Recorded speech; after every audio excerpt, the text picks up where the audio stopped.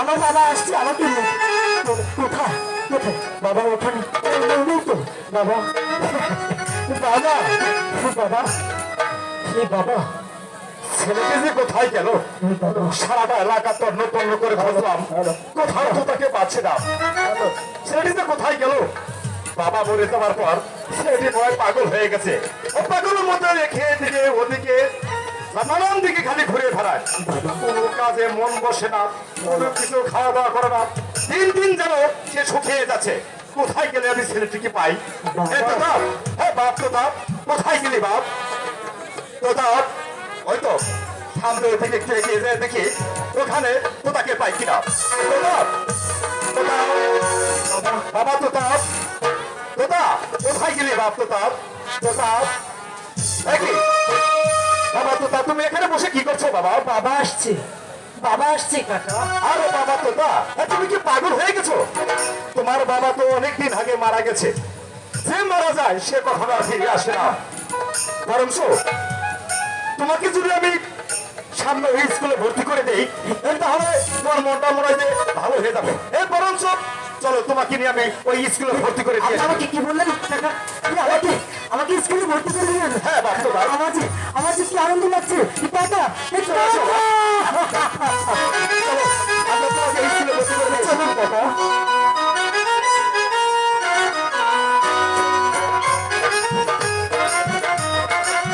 Hello hello,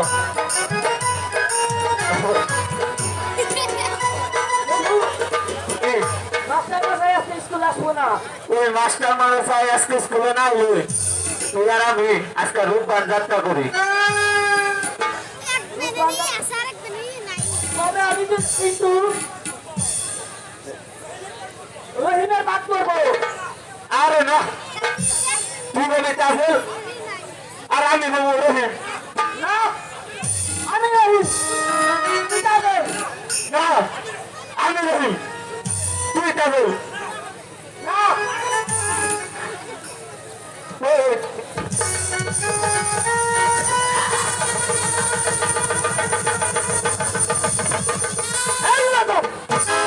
sir বসেন বসেন। না স্যার, এই যে স্কুলে আপনি আসবেন না অতি কল, আপনার বলে বাঁচতে হবো। তুই হতে বসে না স্যার।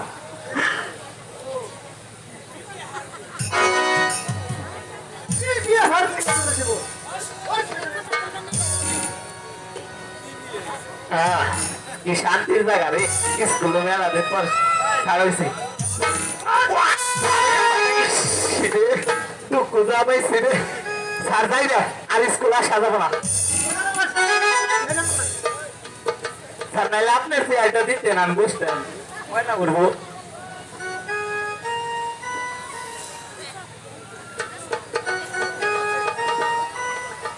ঠিক আছে এবার করো। পড়বো কোন থেকে পড়বো, কোথায় পড়বো, তবে কি আপনার ঘরে পড়বো?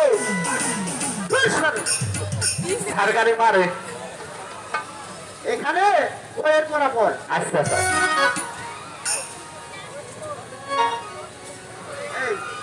একটি সরবর্ত সকালে উঠি আমি আম বাগানে চলি, আম না পাইলে সারের কান ধরে বলি। এখানে বস। মাস্টার সাহেব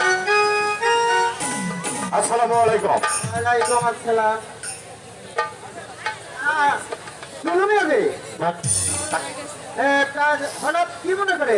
মাস্টার সাহেব, আমি এসেছি আমার ভাতসপুত্র কোতালিয়াকে আপনার স্কুলে ভর্তি করে দিতে। বেশ, খুব সুসংবাদ, আমি খুশি হলাম। আচ্ছা মাস্টার সাহেব, আপনার স্কুলের ভর্তি ফিস এবং মাসিক বেতন কত? ভর্তি ফিস 10 টাকা আর মাসিক বেতন এই 5 টাকা। ঠিক আছে মাস্টার সাহেব, হলো 15 টাকা। ঠিক আছে মাস্টার সাহেব, আমি আব্দুল হামিদকে দিয়ে আপনার স্কুলের বেতন এবং ভর্তি ফিস পাঠিয়ে দিচ্ছি। আর তো তাকে ভালোভাবে উচ্চশিক্ষায় শিক্ষিত করে তুলবেন, কথাটা মনে থাকে। এবার চলে মাস্টার সাহেব। ঠিক আছে। আর শোনুন মাস্টার সাহেব, আপনাকে আরেকটি কথা স্মরণ করে দিয়ে যাচ্ছি। তোর গায়ের মাংসগুলো হচ্ছে আপনার, আর হারগুলো হচ্ছে শুধু আমার। কথাটা মনে থাকে জানো।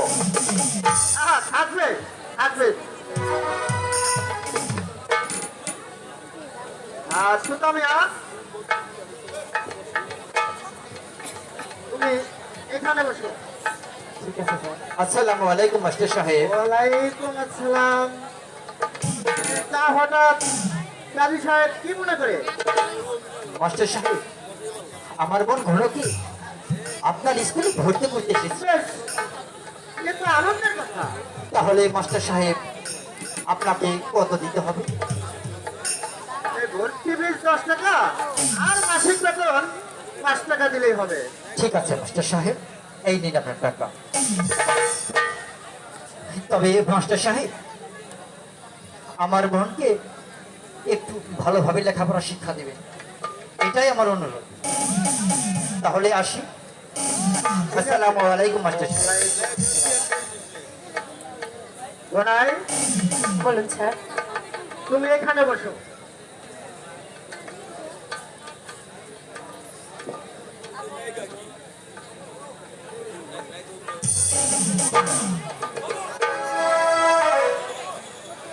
বাবু, জি স্যার। বানান করো তো। স্কুল স্কুল বানাম স্যার, নাম বলে আছে ইস,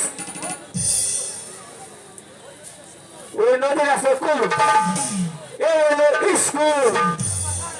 এ তোর মাথা হারাম দাদা। ভালো কথা বললেও খালি মারে। সুতামিয়া,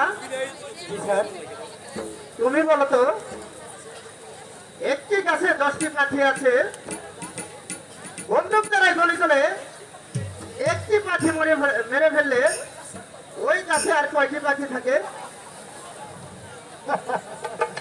আচ্ছা, এটা সহজ প্রশ্ন।